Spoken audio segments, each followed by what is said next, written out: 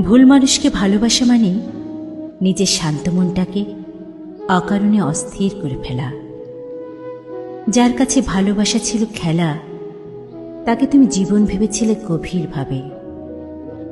তারা সবসময় তোমার দেওয়া যত্নটাকে স্বাভাবিক মনে করে, আর তোমার অভিমানকেই সমস্যা বানিয়ে তোলে।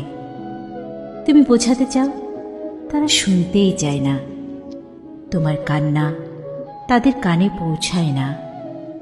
তাদের পৃথিবীতে তোমার কষ্টের কোনো মানে নেই।